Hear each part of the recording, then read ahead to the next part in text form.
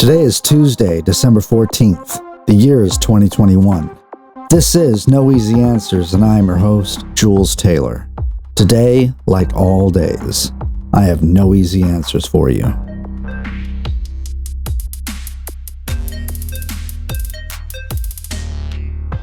All right, well, thank you so much for tuning in from wherever in the world you happen to be listening.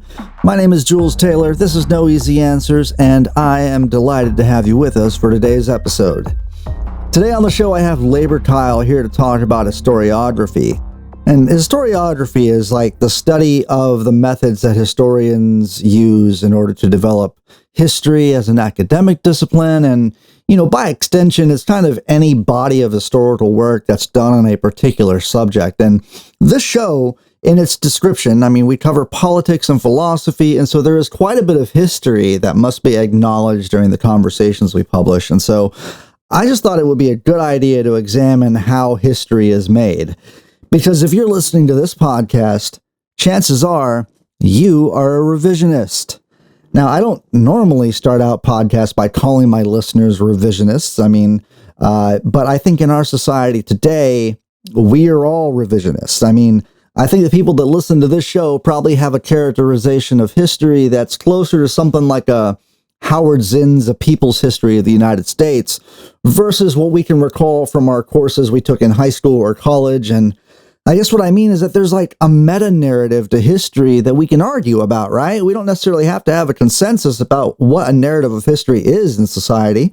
But, depending on which lens we choose to see that narrative through, historiography is basically just there to inform our lenses and inform us as we go about characterizing these narratives of history, right? This is all a pretty abstract conversation, and so I'm really happy to have Kyle here to talk to me about this stuff. Before we get started, I want to thank Kyle for sitting down and talking with me about historiography.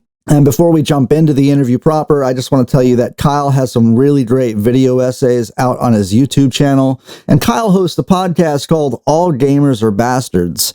We'll leave links in the show notes for y'all to check that out. And in some other exciting news, Kyle and the Lit Crit Guy will be hosting a new show on the Zero Books YouTube channel called Profane Illuminations. And I think listeners of this show will really appreciate the premise of that new show, which is to examine the material underpinnings of our world through close discussion and examination of philosophy, history, and culture. So do keep an eye out for all of that. And just one more thing I do want to say, thank you to all of you who have been kind enough to leave us a 5-star review on Apple Podcasts. Every now and then we get an influx of trolls that sometimes leave us a 1-star review.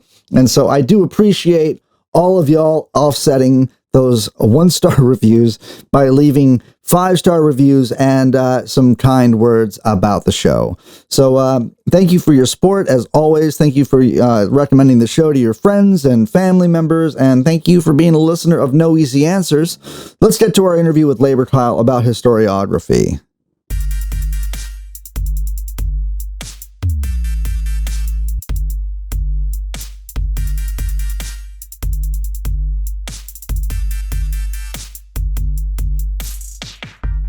So, who am I?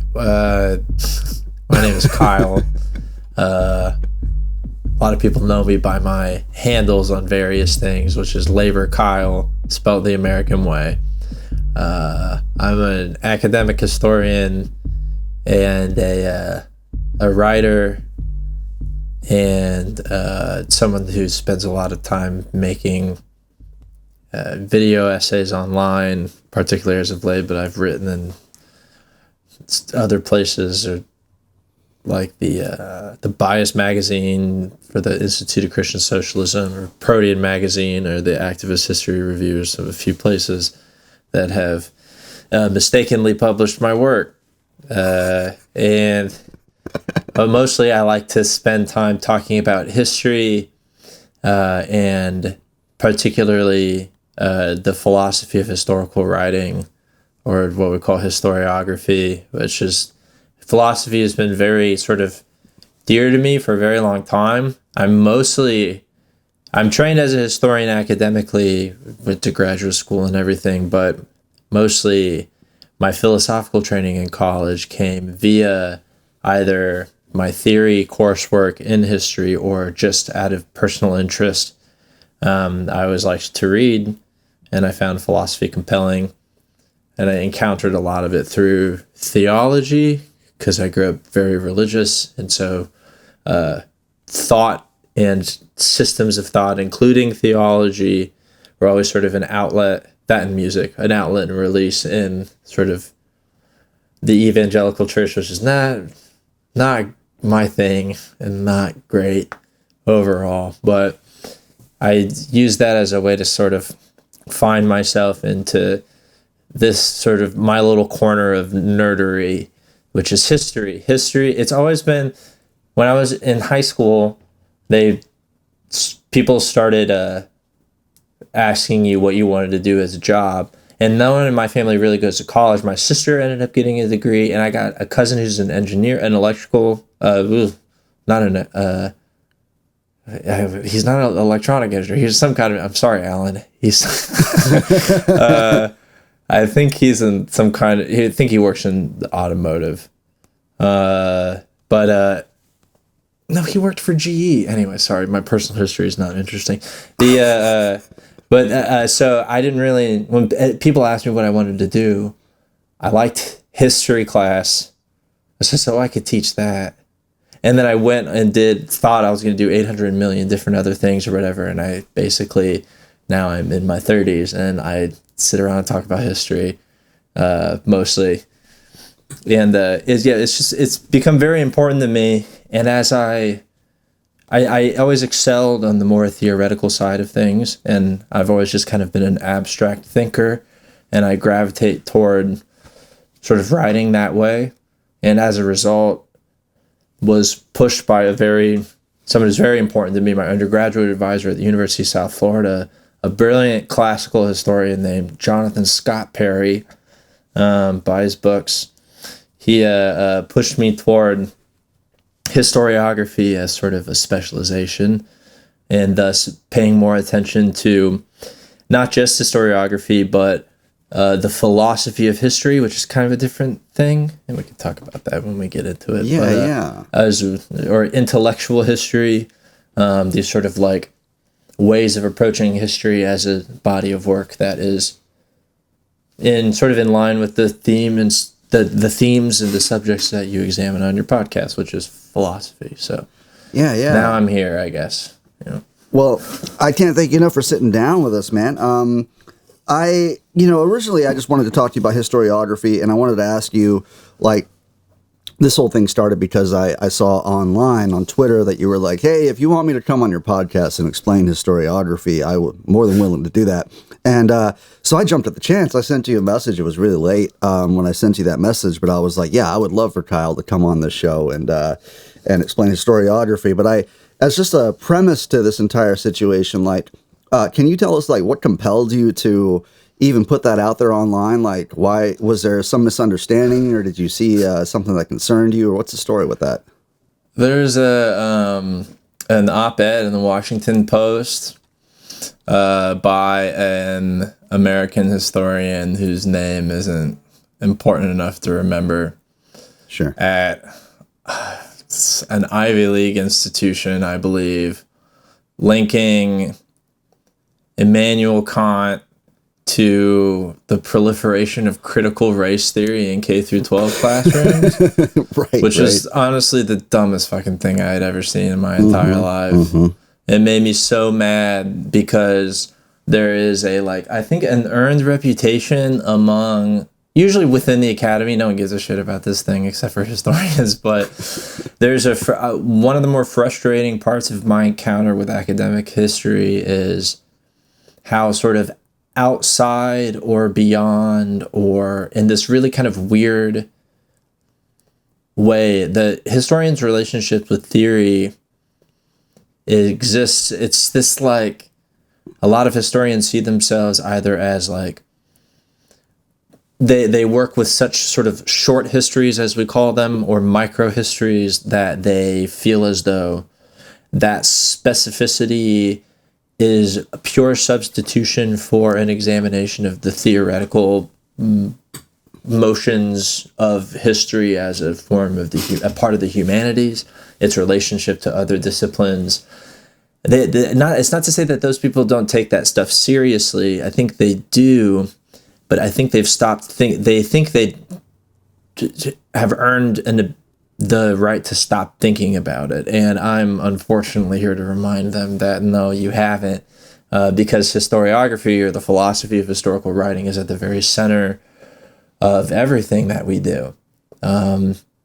History as a concept that most people see as prefiguring our consciousness and experience, and by that I mean this history as this exterior object that intersects with human experience, but in this form of recognition, more like between two subjects. Like they treat it as like this exterior person or exterior object on which subjects can, take and give meaning, this sort of a thing. But it's so much more complicated than that. In that history is an active existing process in human consciousness that does exist outside of that consciousness, but only as an extension of human thought. Because history is not this exterior thing. It's not the thing in the past or the stuff. It's of the past. But it exists only in active conversation with those of us who have stepped up to interpret it. History doesn't exist unless we're interpreting. And so I think that sort of, for me, I always sort of tried to take these types of things seriously when I would encounter what I would see as a philosophical problem that can only be overcome via sort of like a principle that presents itself via a kind of a rational thought, kind of Hegelian that way. But in the sense that I'm constantly looking to try and sort of like transcend the limitations that are placed in front of me, rather than sort of, subsume myself under them, because I'd like a challenge, and because I grew up Christian. Again, you think a lot about transcendence and you don't realize it. You think a lot about the end of things. You think a lot about this. I'm not really like, I would actually still call myself a Protestant, but I don't really believe in God. I'm not interested in the is God real question or whatever. The way I always describe it is I'm more interested in the stuff that exists up and outside and around God, which is the stuff that comes to, metaphysics, and ontology, and time, and stuff like that. All that Heideggerian BS. But like, there's something so.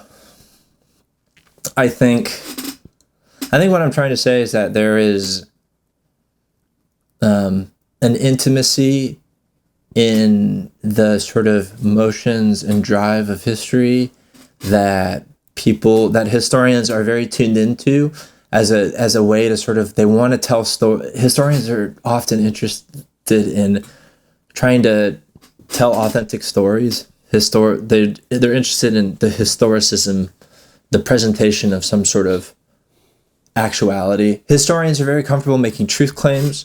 As support there's this sort of like persistent Enlightenment philosophy within this, there's interested in making a truth claim and supporting it with, evidence and that sort of a thing. But there's also so much more to it than proving individual. It's, in my opinion, this is where it starts to get really into my opinion. There's so much more than just the sort of affirmation of sort of particular historical questions that is present in history as a mode of study, and is present in the philosophy of history. So history itself as this concept that exists within human thought, and then the historiography, how we write, present, and argue for a particular way of seeing or interpreting history. It's so much more complicated than the stuff. It really, like academic history, academia in general, and it's a big tons of structural problems. I try not to be too hard on the liberals and history departments who a lot just really want to do, some who suck and who I hate, but most who just want to do a good job and who like their jobs and who like a lot of who could be better teachers, many who are very talented teachers and who care for students and their well-being. But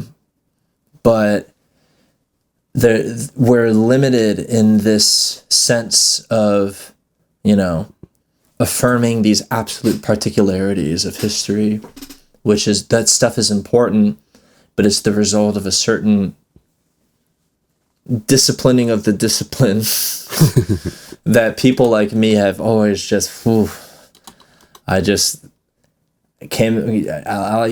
to come in and mess that up a little bit every once in a while. I think good historians and people like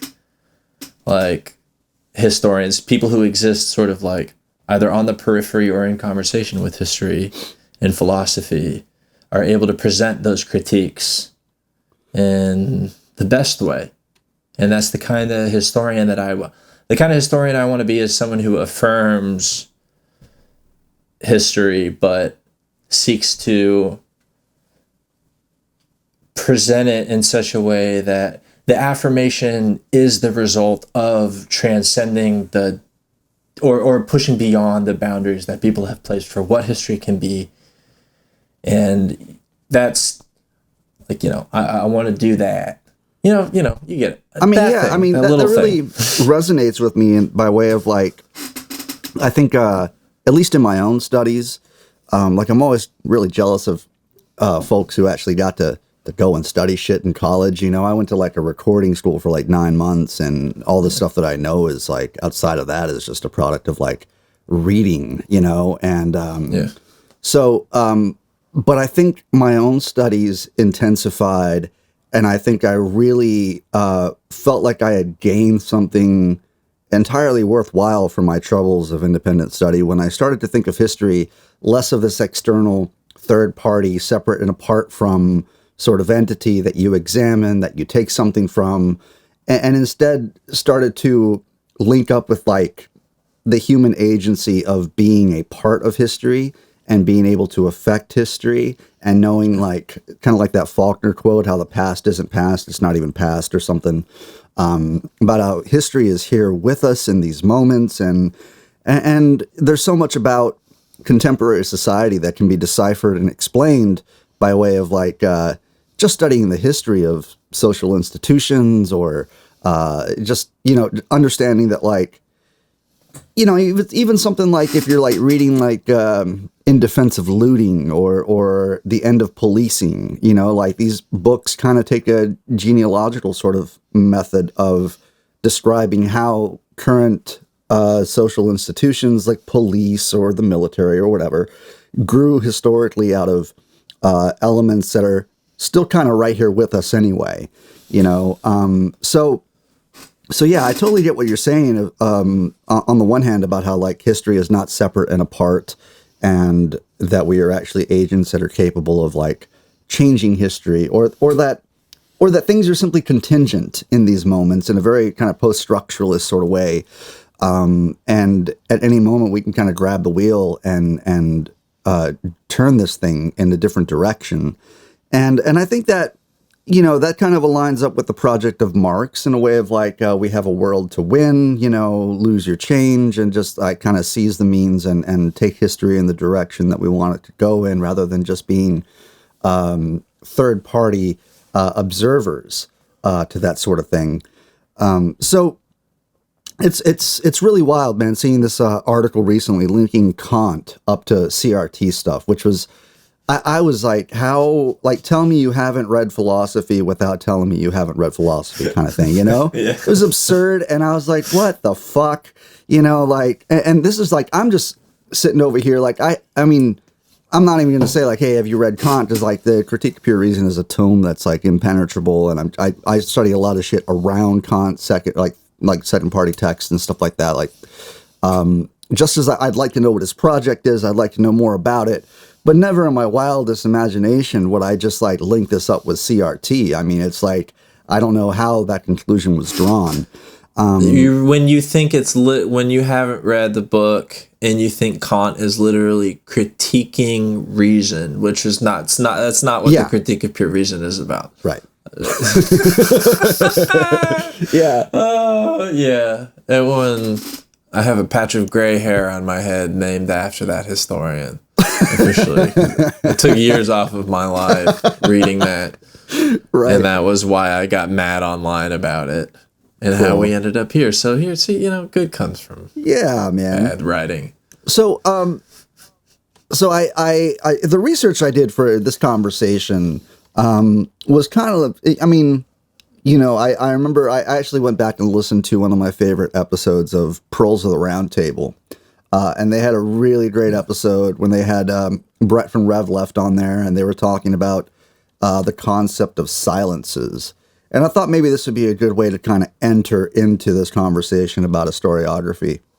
But the concept of silences is that, silences enter via the moment of fact creation, which is the creation of sources, and then there's silences during the moments of fact assembly, which is like the making of archives, and then there's silences at the moment of fact retrieval, which is the making of narratives, and then there's silences within the moment of retrospective significance, meaning that's like the making of history in its final instance. So I thought that maybe, I didn't actually look up the definition for historiography, but I figured, if we're talking about the philosophy of how one records history, I started to get feeling a little like I was lost in some postmodern soup here, because, if I'm going to ask you questions about historiography, then we're going to focus on the way that history is recorded, which means that we're not actually going to study the events of history directly, but rather the sort of changing interpretations of those events in the works of individual historians. So this postmodern soup, I felt like, was, kind of doubting of meta-narratives, the breaking apart of a consensus of historical narratives. So I had, I didn't know how to enter this conversation other than just asking a really overly broad question, which is just how are we to interpret history?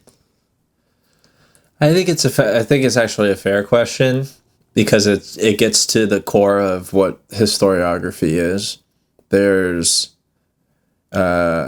It's history itself as a discipline is defined often by what we call turns in subject matter and methodology, and in sort of the social form and function of the history seminar, historians, and the stuff outside of the academy, the social and public functions of history, public history and historical memory being two things that I think jump out at me in particular. Now, I have plenty of problems with the turn sort of theory, how we describe sort of history as a discipline, this sort of linear sense, but it is very useful for understanding historiography as a concept, and what it means to sort of approach the philosophy of historical writing on its own, and rather than, as you said, sort of in motion, if you will, asking historiographic questions, because you absolutely can ask historiographic questions and pose answers in the midst of sort of doing what we think the historian does, and the historian does do, which is, interpreting sources often about a particular time, place, people, etc. These very sort of collections of human beings at some point in the past, and how do they interact with their built-in natural world, any level of specificity, all the way up to sort of the big sort of broad questions of history. I don't know exactly how we interpret history, but I have ideas about it that I'll get to after I explain this. But the historiography has been around. Western historiography goes back to, this is ancient Greece and Rome. This is Herodotus and Thucydides. This is Sallust and Polybius, and this is all these really old big books that we don't have, that exist only in fragmentation.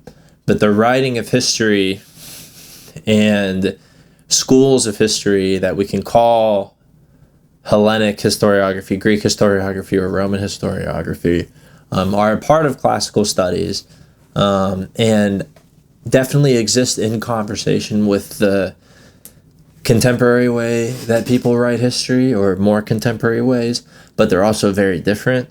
There's a meme on Twitter I saw that really summed it up, that I thought was really funny.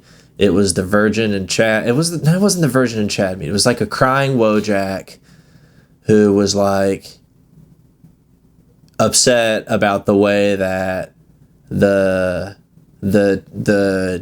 Chad was interpreting history, and the Chad was like, my cousin told me about it in a dream, and just, so I totally know what happened. Here's what happened. It's kind of like, it's much more abstract in that way. It's like, I was there, so I know exactly what happened. Let me describe it for you. And so it's a way of writing that is most interesting as an historical source itself, but also there is a legacy that extends all the way up to the end of the beginning of the 1800s, where the modern history seminar was formed. The figure most closely associated with it's usually various German national historians, but Leopold von Ranke is the figure that comes to mind and that you read in your undergrad and grad school theory classes. Basically, it was a form of empiricism, or in the sort of legacy of empiricism, and they constructed the colloquium and the loqui, being speaking together, sort of discussion around the particular subject. In more modern grad school, colloquium would be like a survey of a body of literature on a particular subject, like Jacksonian America or the Roman Republic, or these are classes I took in grad school. Sure. But that's really like where modern historiography comes from, is really that point in the early modern period. But for after that is when we start to encounter the sort of the stuff most familiar for people who examine historiography, which is in part Marxism. The Marxism as an extension of Hegelian thought with regard to history exists on this boundary between the philosophy of historical writing and the philosophy of history, which is an important distinction that I can get into. But that really, the way that we interpret and write history has taken a series of alterations, changes, and as they say, turns, which again, not quite, but over the years. So you have structural turns, you have the cultural turn of the 1970s and 80s that was influenced very much by a linguistic turn. And this is all changes mostly in methodology, in the way that the emphasis that people would place on particular historical experiences. It also there is an alteration in what types of conclusions people are looking for in their scale. So there's the French Annales school that placed an emphasis on what they call the longue durée, which is it's a grand history in terms of its scale, and it places a big emphasis on structural elements, and it was sort of like created, and its roots are in the same and similar to what of Marxist historiography or historical materialism would emerge from, which is this idea around sort of not just a an emphasis on the way of writing history that takes into account, for Marxism, the functions of the mode of production as a determining factor in the sort of events and belligerence in those events, or but basically that there are ways that individual people or rational actors are connected to, and you could say subjected to, the larger motions of, nation state alongside of environment and the economy and that sort of a thing. So there was, for a long time, it seemed to be something of a goal from the German national historians through historical materialists and Marxists, even into the different flavor of Marxists with E.P. Thompson and Antonio Gramsci, and the Gramscian turn in the English-speaking world of the 1960s.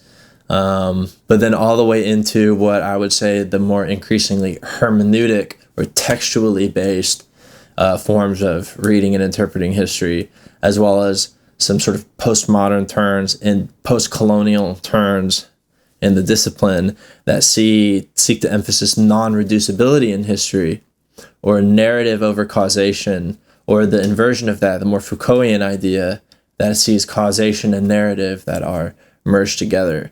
So to get all the way back to the beginning of what your question is, how are we to interpret history?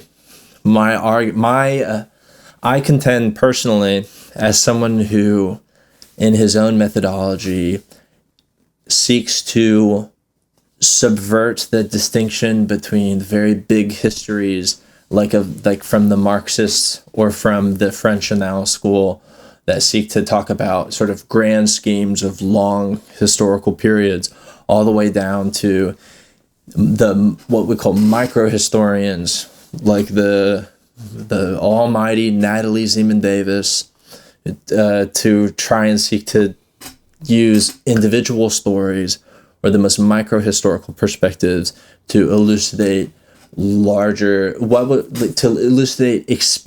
actual lived experience of people, either as a means for examining causation alongside of narrative, or as a means for emphasizing the way that individual rational actors narrativize their lived experiences world and how that has a direct effect on the way that history works.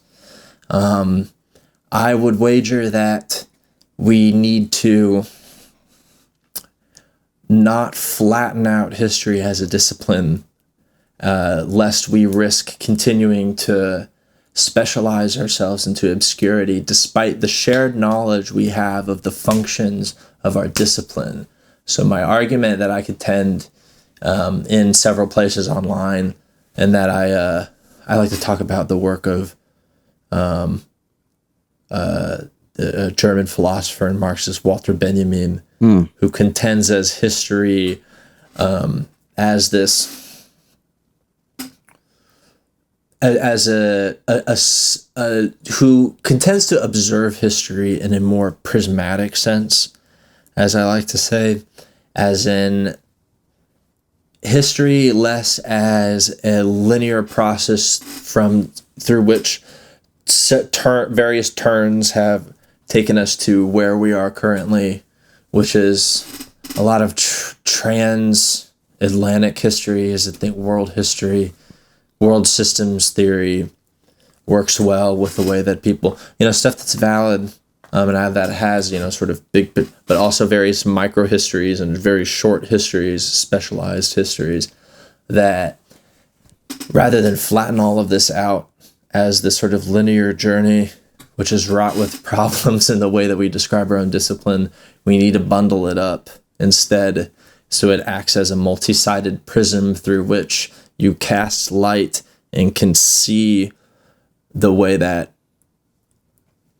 we can see have a grander perspective in the way that history is formed and written about, if we're willing to acknowledge that, or to pursue a way of seeing the world that can possibly link the individual experiences of rational actors to grander, larger potentials.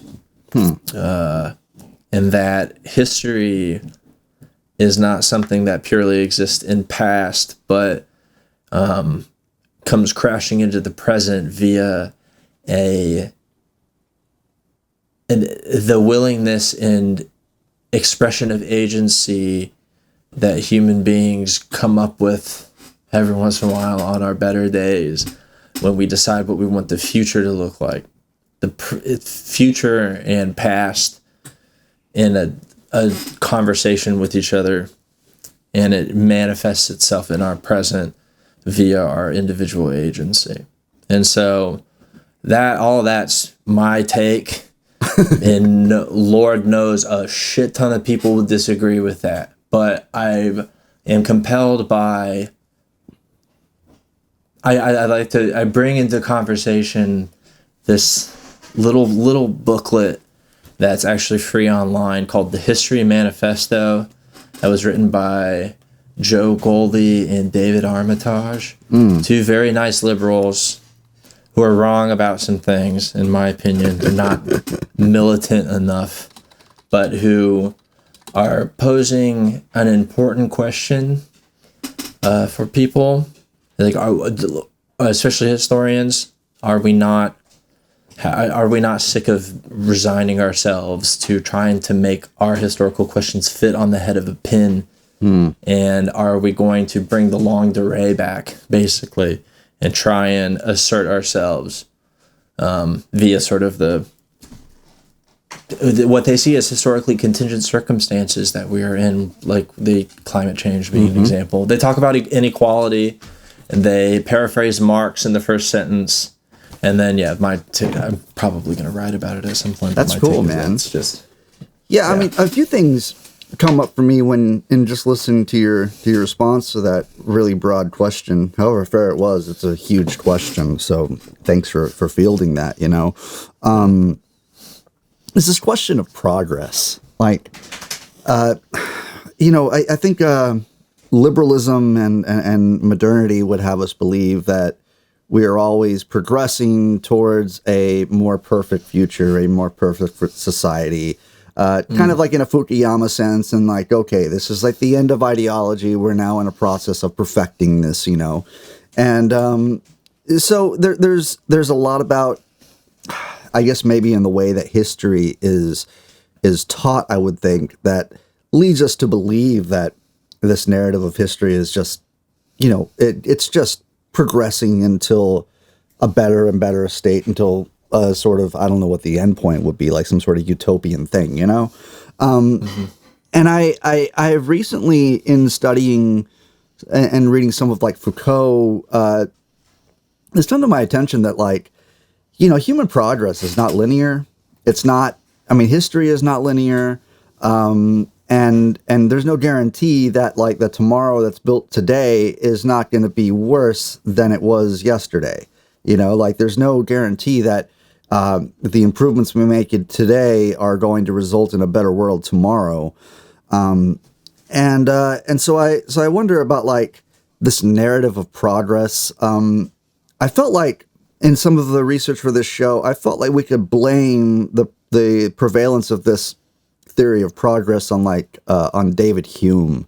And I wonder if that's, like, accurate, or I wonder if you could maybe pinpoint or point to where exactly this notion of, like, infallible progress emerged from. So I think it's very political, in that particularly in its contemporary manifestations. You mentioned Fukuyama, particularly 1990s Fukuyama, I think is indebted to a sense of liberal politics that is, doing a lot of the driving in this sort of expression of the sort of epitomizing human progress in the sort of like expressions of rational individuals, most of whom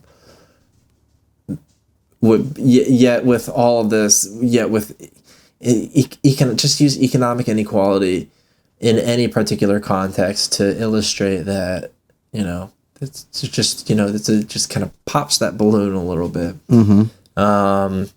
The popular understanding of that, I think, is in part just in general an illiteracy when it comes to the sort of larger historical questions. I don't, you know, not to sound pretentious or anything. I don't think that's anybody's fault. I don't think we talk about history in the right way. But for Hume, now I haven't read the histories of England.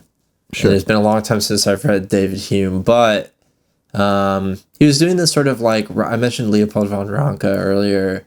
He was doing this sort of like Rankean thing before the seminar was invented, in that he was concerned with the stuff of history, the philosophy of history as a concept, as well as the more analytic sense of as in closer to history as a form and mode of analysis. So he's doing kind of like a constitutional history or a national history to give shape to longer events in the furtherance of like the Enlightenment spirit, I guess, because he was an empiricist and a philosophical skeptic. So he would be skeptical. So Hume would in a way be skeptical of a kind of historical teleology, because rather than seeing that the possibility for that rational, like the Hegelian thing with history, which is that eventually the unfolding of reason will emerge via for Hegel, a recognition in like universal human rights, in a recognition between human subjects, like the philosophy of right would describe it.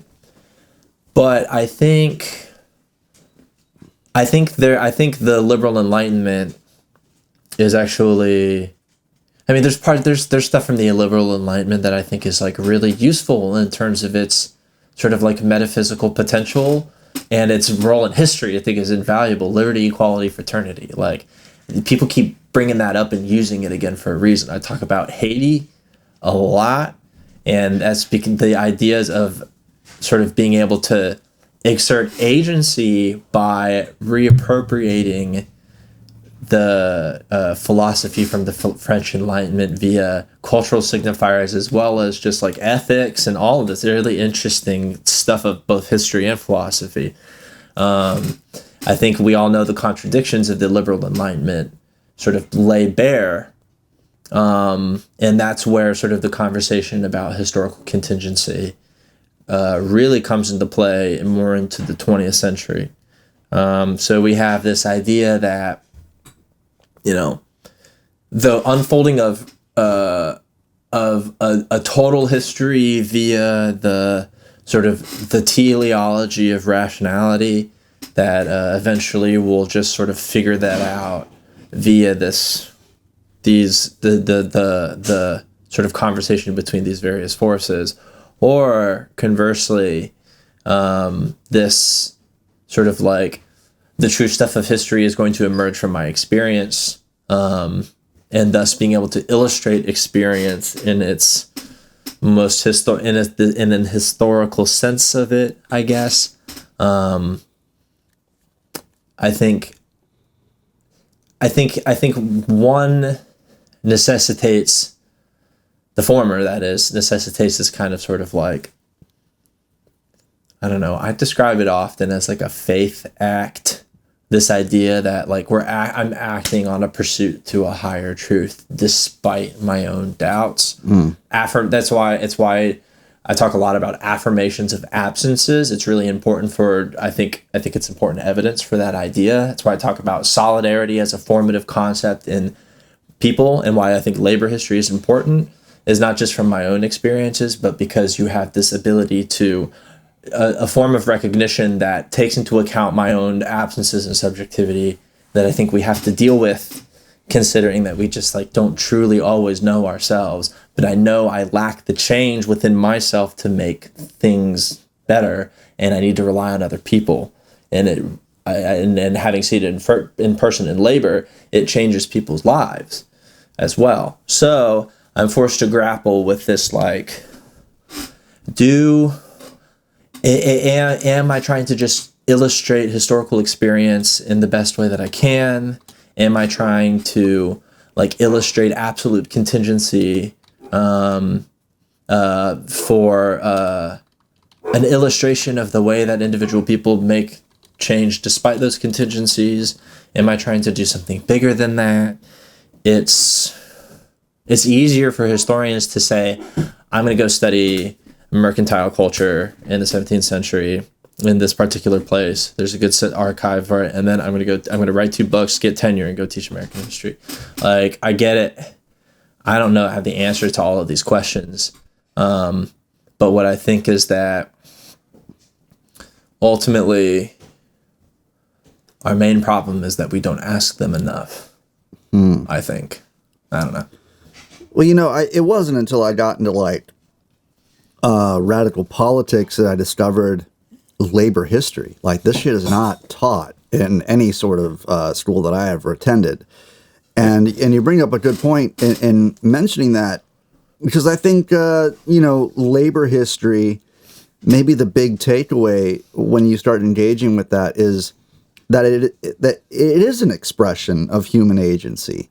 And so it's at like a fundamental contradiction with the bourgeois history, great men of history thing. It's like, it kind of flips that on its head that it says, no, it's not just like one great person that affected history here. It's that many people of the working class came together to express the need for better working conditions or intolerable conditions. And through solidarity, they came together and changed that part of history. And of course, like, you have the liberal, like, multicolored meme that says, like, liberals brought you the weekend and liberals brought you the 40-hour work week and that sort of stuff, when, of course, it was all just fucking unions, So it's interesting that you mentioned the labor history thing, and I'd love to have another conversation with you at some point, specifically just over labor history, because I find that, it's crazy when you're like, hey, man, Battle of Blair Mountain. They're like, Battle of what? And I'm like, yeah, they fucking used planes to bomb people. And they're like, no, they didn't. It sounds like it's like a B-list Hollywood movie that would never happen. And it's right there in history, And so this goes back to like the concepts of, and speaking about historiography with you, this goes back to the concept of silences, of like, what is omitted from the historical record, or what is intentionally not mentioned at times, or what is left out of historical education that that would otherwise contradict the sort of bourgeois narrative of the way history progresses. And and part of the reason why I brought up David Hume and that shit is because, like, basically, like, David Hume at some point in his life concluded that England had achieved, quote, the most entire system of liberty that was ever known amongst mankind. And of course, he was writing during the 18th century, in which England was the primary driver of the Atlantic slave trade. So, in hindsight, I mean, that leads me to question about, like, in terms of historiography, like, how much of history and the record of history is affected by the personal attitudes of historians or societies at the time of the recording of historical record. Yeah, all of it. I mean, all of it. And we've grown in our ability to there's a very simple answer. We have grown in our ability to contend with this central problem of history. And it is necessary to do a lot of things. We have to grapple with the agencies of historical subjects, as we were talking about. We have to deal with the sort of plasticity of historical objects and subjects themselves too. We have to deal with the way that things are presented in various at various points and in various forms. There's no way around it. And just by virtue of like absence of but the absence of contending these points still sort of is always within it. There will always be this stuff, and we've just gotten better in some ways, and maybe not in other ways, but in general, people have been doing their best to try and work within the sort of like necessary confinement of discipline in general. How everyone has to deal with this, or interdisciplinary. History is incredibly interdisciplinary. It can be. It's not. Sometimes it's not as much as it could be. But like, and so we have to contend with those points. That's conversation. It's an existing conversation. Is the sort of like, we talk about the literature as a discipline with its various gaps, and like you have to fill gaps in the literature to make your research relevant. You have to place it in conversation with other people's research or whatever, and the sort of questions of our methodology come into conflict with the questions of the historian as a writer, comes into question as of the agency of subjects, and the presentation and sort of the thing stuff of objects, their meanings, and it's daunting, but it's the sort of my contention is, as I've said, basically throughout the conversation, my contention is that we should deal with it as much as we can, and that sometimes we don't talk about it enough. Yeah, and maybe it's just a symptom of our postmodern condition, but a couple days ago, I just learned about this, which is really wild, actually, but, there was this TikTok video floating around of this girl who was saying, hey, all that stuff that happened in ancient Rome, it never actually happened, and all the records we have of ancient Rome, the writings are in ancient Greek, and this thing called, like, New Chronology. Like, I was not initiated to that at all. And I just thought, well, shit, dude, like we're breaking apart meta narratives to the point where we're just inventing alternative versions of history, contradicting scholars and historical records and artifacts. And so I think there's so much disagreement as far as having a consensus of history, and the person that comes to mind here is someone like fucking Dinesh D'Souza, who like promulgates these wrong ideas about history that conflates. Like, it's one thing if you take the position of horseshoe theory, but it's another to sort of promulgate that in such a bad faith, misinformed way as to sort of motivate bad actors in society to believe wrong things in service of an abhorrent ideology, But maybe you could speak a little more about, like, as a historian, what you're witnessing in today's society with the disagreements on historical narrative, the inventing of false narratives, and the promulgation of like wrongful historical ideas in service of ideologies. Yeah, the New Chronology stuff is it's a lot. It's a lot. It has a it does. None of it really honestly, none of it really surprises me all that much. And here's why. It's not the most unique impulse to construct sort of like aggressive fictions and to use them as a like sort of a cudgel in a particular way or whatever. It's mostly an inversion of the usual type of a thing that you went on to describe, actually with a very good example. Dinesh D'Souza is a good example of the sort of the sort of discourse that's persistent, and I think that manifests in weird TikTok, teenagers saying that the Rome didn't exist. Sure. Or that the Spanish Inquisition wrote Rome, that monks wrote Rome into existence or whatever. Right. There's a lack of literacy on historical sources. There's all the usual sort of stuff, but when you think about like reactionary history, I get we have to contend with this stuff in particular because a lot of people are like, well, the adage that God, what is the thing that people always say to me? History is, you're doomed to repeat it if it's left unexamined. Right. Which no, because part of the problem is when people examine history in the wrong way.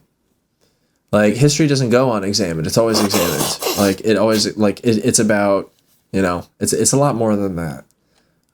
We have to contend on interpretation and the function of history and the use of its sources, and purely because if you don't now in 2021 we have weird people, and before that too, that people have done this for centuries, but now we have TikTok teens saying that Rome doesn't exist, alongside, but then we also have people attempting to sort of do weird reconstructive, like, trans-European identity politics. Right. That's it's just white nationalism. It's white nationalism.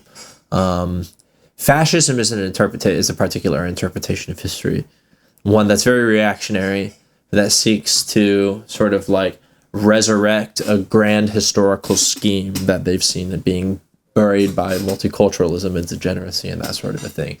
I would contend that generally part of our problem is that we are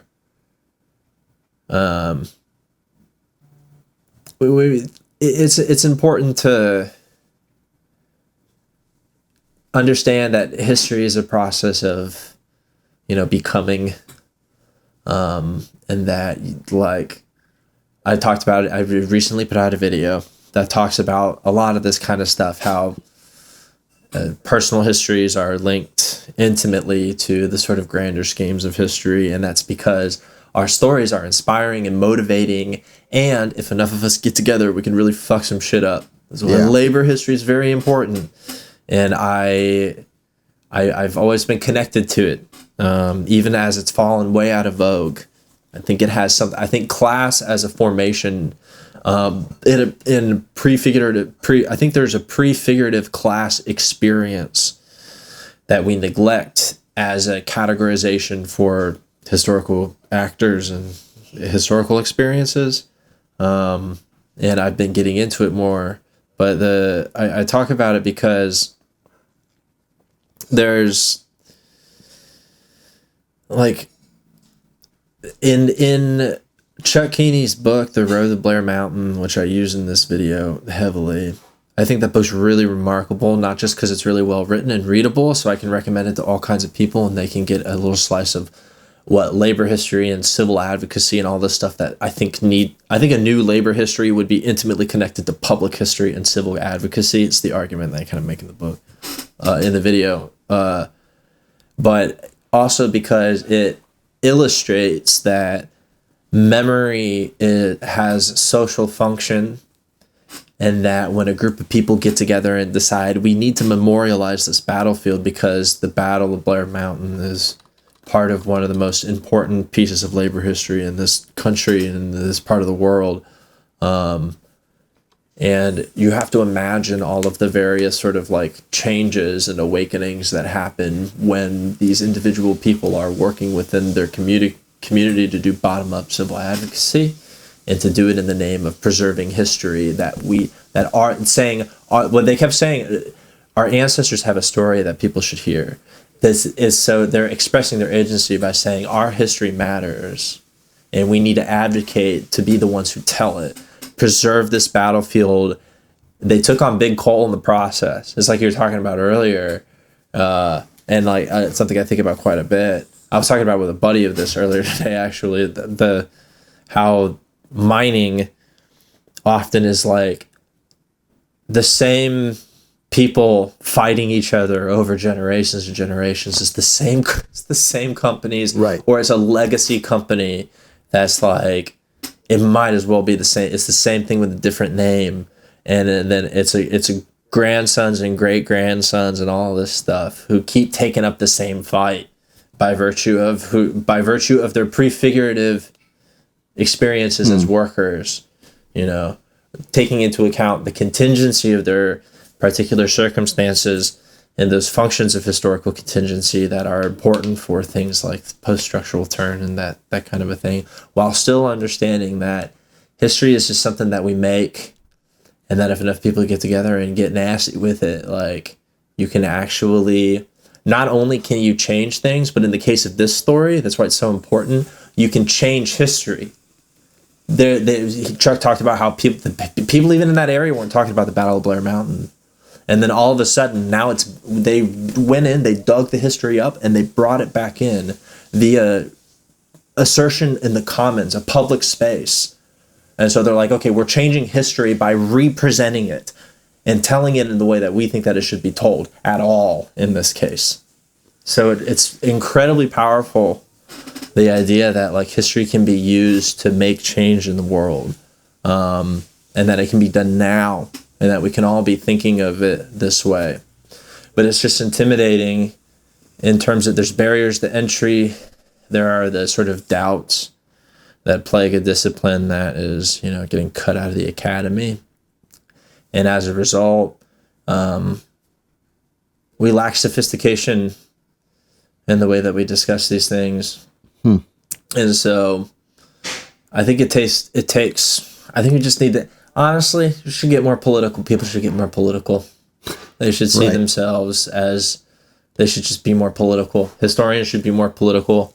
I love some of my favorite, like, people who have gotten into the labor movement have gotten in through academia, because there's, big movements of graduate students in adjunct and contingent faculty, some wall-to-wall unions that are organizing on college campuses.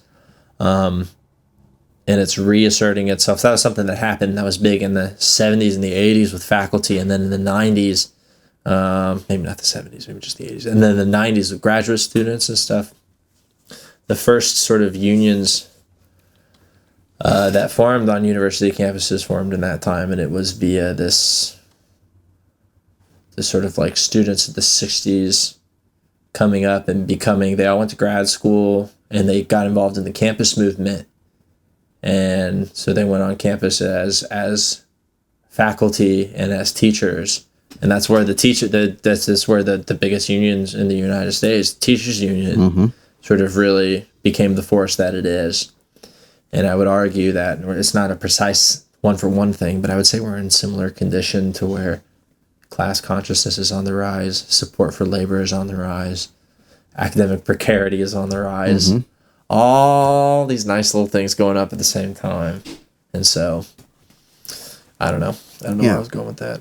Well, a question comes up for me here, and I didn't know if I was going to really talk about this or ask this question, but since you're a historian, we're talking about class and kind of prefigurative roles within that. It seems like there's a space to ask this question, but I've been reading a book by Todd May lately, and longtime listeners will know that I had Todd May on the show episode 16 or so after I read like half a dozen of his books. I love the guy's work. But he has a book that he wrote on Michel Foucault. And, I consider myself a communist, so coming to like Todd May explaining a lot of anarchist stuff, there's a little, there's some tension there. But I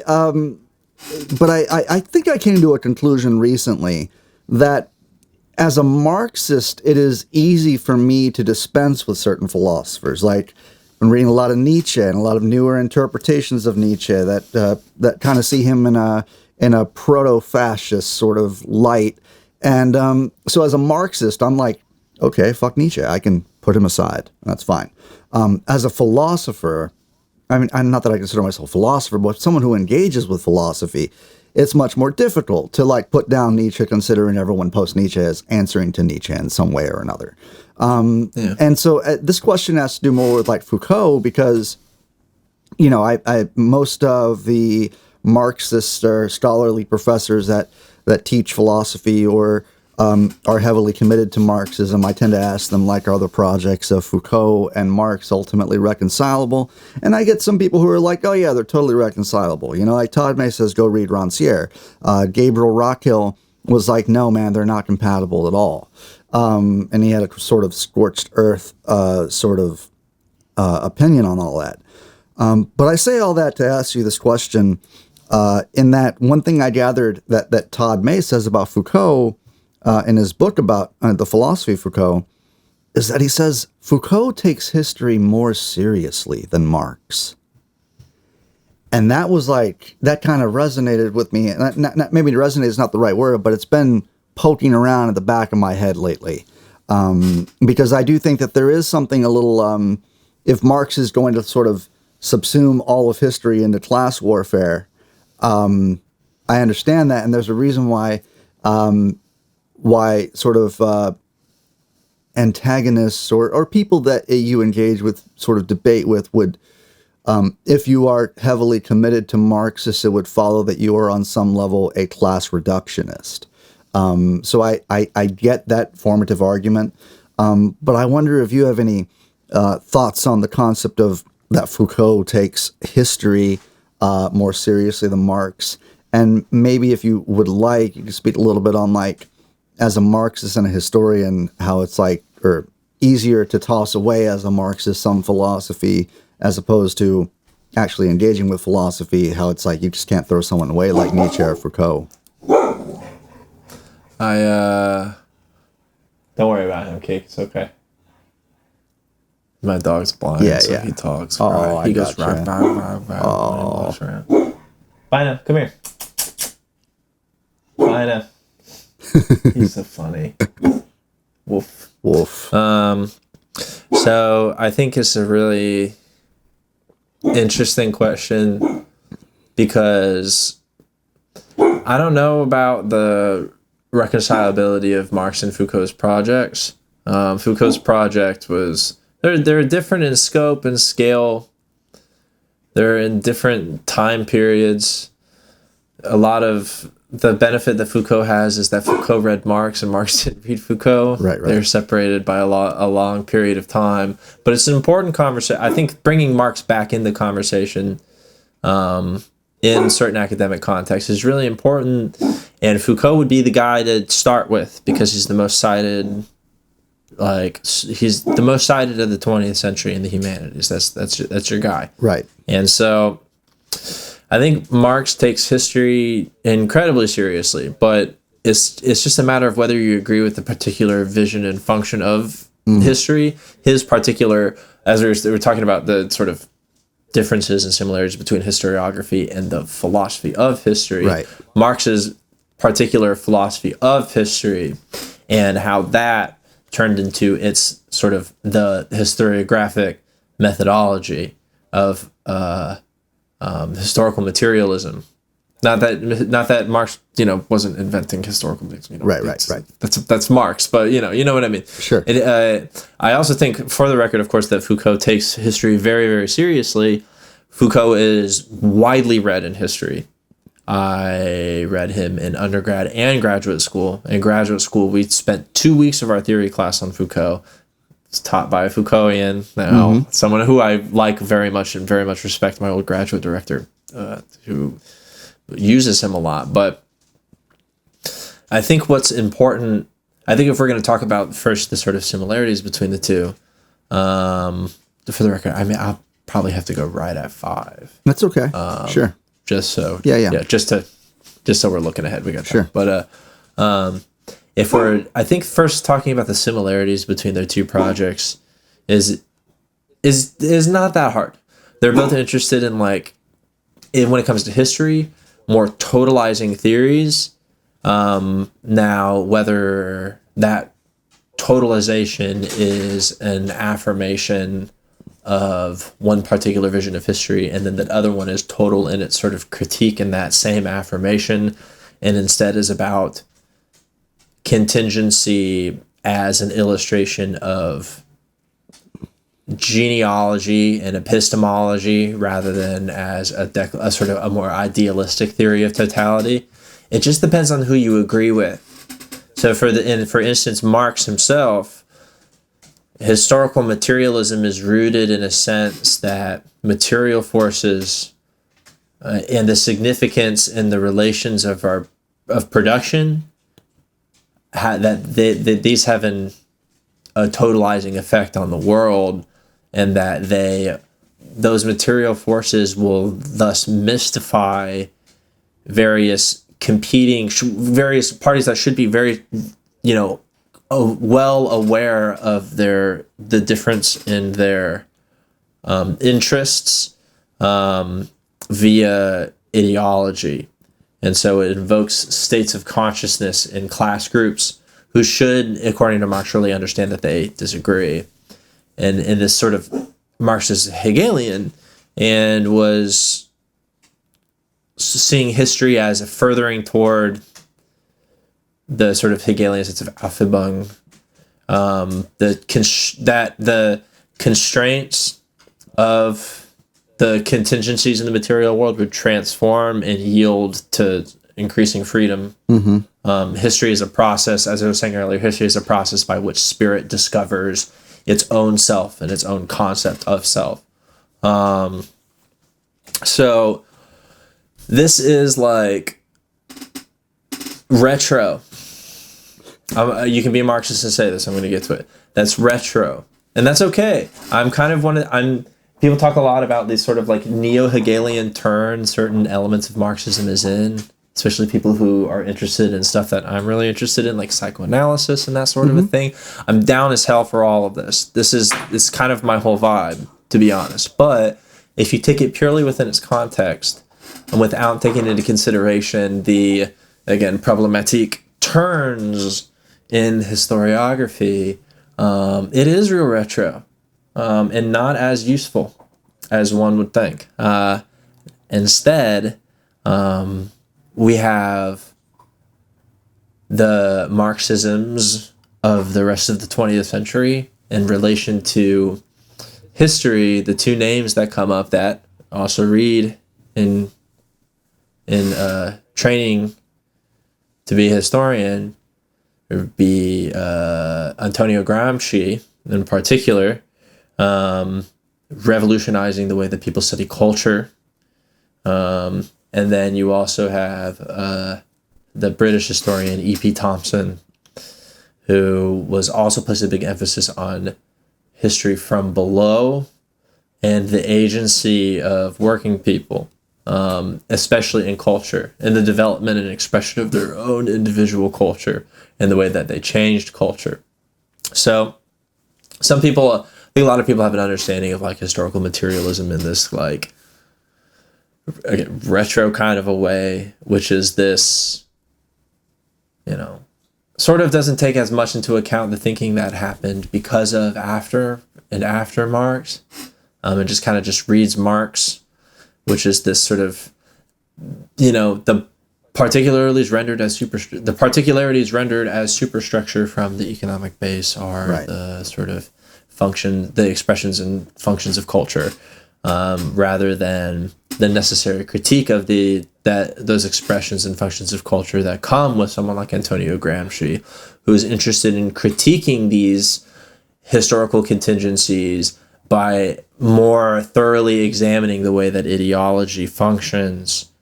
Because with the Gramsci, for example, the idea that like the heretofore unfolding powerful forces that are going to come, collapse capitalism, made fascism instead in his country. And so he was confused and needed to take into account ideology's functions within the context of other new fun economic projects of the 20th century. But that resulted in some incredible turn in some scholarship. And it also brings to mind, I think, interesting thinkers who could be brought into conversation with history more readily, like Guy Debord as a Marxist, and the critical theorists who really started to who came up in the rise of consumer culture, and another important essay read by historians being the work of Adorno and Horkheimer. They read in the Dialectic of Enlightenment. What the hell is that? Anyways, I can't remember exactly. Critical theory has a lot to say about history, more than one would think as well. And then, so we placed that into conversation with Foucault. Foucault, in and of itself, I think there would be people, I would probably be among them, people who would argue for more general continuity in Foucault's thought, and throughout his, like, there's this like bifurcation between the structuralist Foucault, which he didn't like, right, and then the post-structuralist Foucault, which, I mean, he also didn't really care for. Right. The dude was like, you don't know, do not perceive me. Against visibility, you know. Yeah, exactly. Yeah. Quotations. You can quote Foucault on that. Yeah. Like, but I think that's useful for examining the types of work that Foucault did, rather than talking about like big changes in how he examined power, which is really the sort of the central subject of his work, as well as the, epistemology, because he was really invested in the illustration of epistemologies as they were like rendered in structure, right? Which is where Madness and Civilization comes from. You know, Madness and Civilization as a longue durée of sorts, a changing interpretation, and in this case, a changing genealogy of epistemology that can tell us more about relative particularities in history rather than a consistent scheme of those particularities rendered as a superstructure over them. So it was historicism rendering things as they are in history, but as a critique of that portrayal itself. Right. How instead of, you know, rendering objects perfectly as they are, the idea is that they are placed in time. When objects are placed in time, they are rendered within discourse, and that these discourses take the primacy of that place and time's way of thinking. It can result in a sort of like certain periodization or a certain interpretation of the function of the social world. That's a lot of what Foucault was talking about in the order of things. And so there's this, like, I think there are tensions in Foucault and Marx's way of understanding history, especially. But I think where the continuities are, and where thus the conversation is at the very least an attempt to render history in some totalizing way.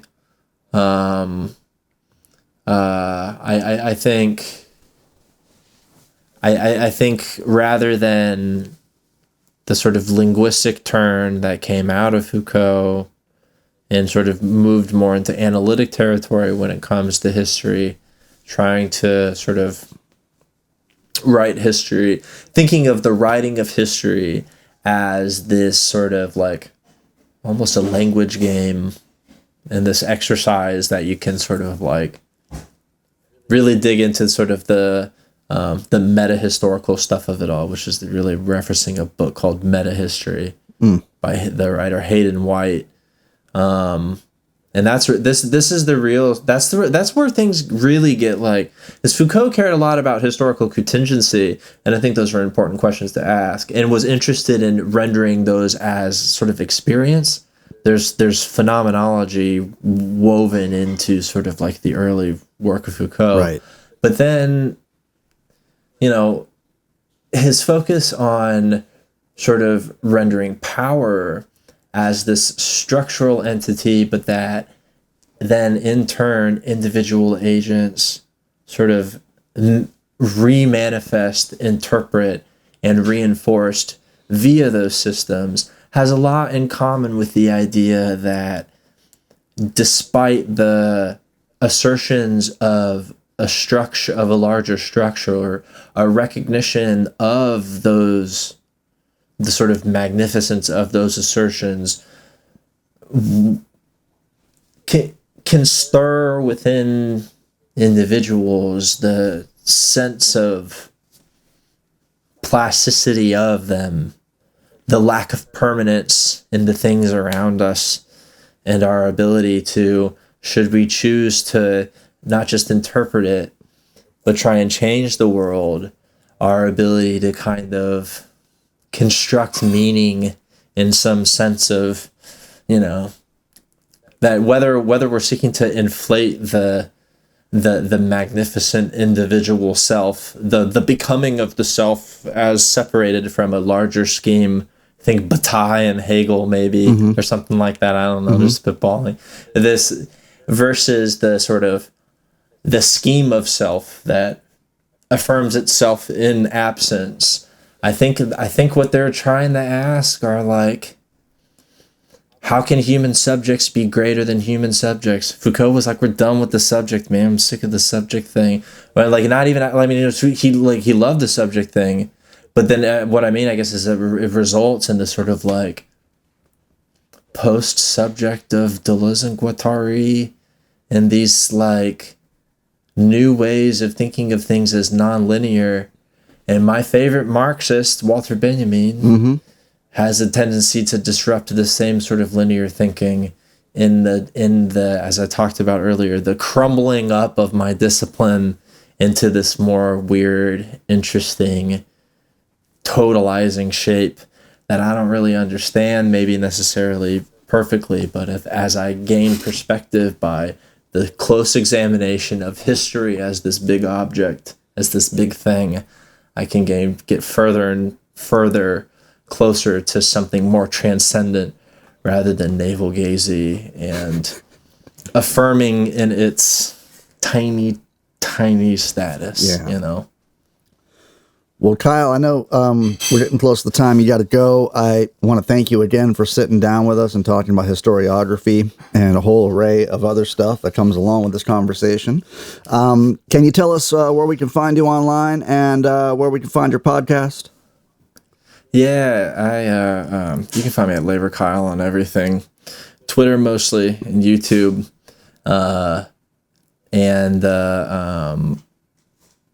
yeah, I have some essays posted up there that are, related directly to the stuff that we've been talking about. And then, yeah, I'm also the co-host of a podcast that is literally just as serious as all of that other stuff is called. It's called All Gamers Are Bastards, and it's about video games.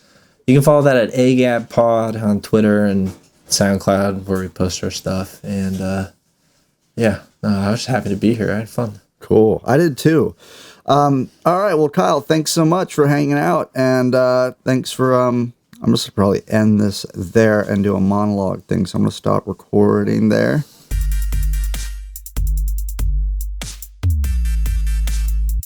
All right. Well, thanks so much for listening to this episode of No Easy Answers. As always, thank you for your support. Thanks for the reviews. Thanks for the kind words. And, just as a heads up, man, we got a couple more things planned for this month. We have an interview forthcoming with Daniel Tutt from the podcast Jouissance Vampires. And we also have an interview with Cooper Caraway, the president of South Dakota Labor Federation. Or the Labor Federation of South Dakota. Anyway, so yeah, like cool stuff coming up, and we will be releasing the video of those aspects on our Patreon. If you are not a subscriber, please consider donating to the pod. In return, you get some cool bonus content, and you get some video interviews, and you also get some of these episodes ahead of time from when they're released on the public feed. All right, so I hope wherever you are, hope you're safe, hope you're warm, hope you're happy, and I hope you are finding out of life any sort of meaning that you are looking for.